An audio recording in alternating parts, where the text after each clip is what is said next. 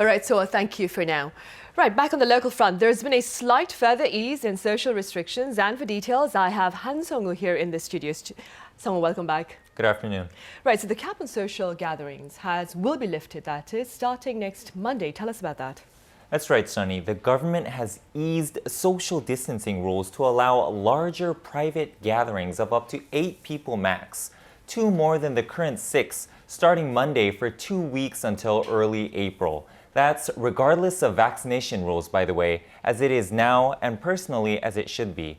Business hours for restaurants and cafes, however, will not be extended to midnight from the current 11 p.m., contrary to some expectations. Officials explained this morning that now is not the time, pointing to the recent increase in the number of patients in severe or critical condition. It's time to modify the current social distancing scheme, but it's too much of a risk to drastically ease measures, considering the Omicron surge and the uncertainty surrounding its peak, as well as the strain on the medical system.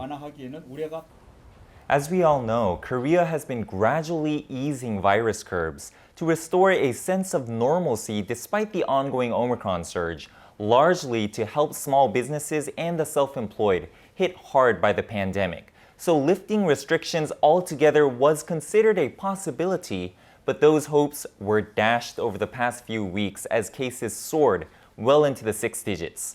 Health authorities are attributing the recent uptick in daily cases to both the adoption of rapid antigen tests for official purposes and the spread of the BA.2 Omicron subvariant, the stealth Omicron, which experts say has risen from around 17% of cases in February to 26.3% as of the second week of March.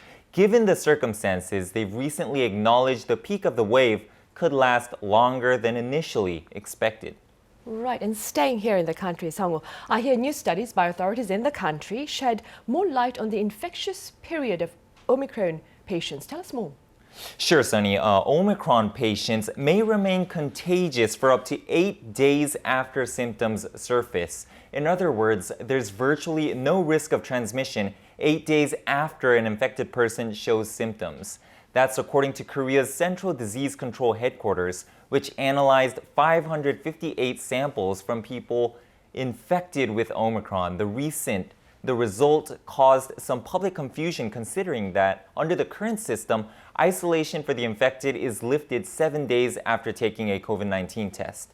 Officials explained, however, that the variant's transmissibility drops significantly on the 8th day, to the point that there's no need to extend the quarantine period. The study also showed that people who've had 2 or more vaccine doses compared to the unvaccinated are less likely to spread Omicron. Right, and we have more insights into those findings during our panel discussion later on. In the meantime, Seong-woo, do stay for more talks. Sure thing.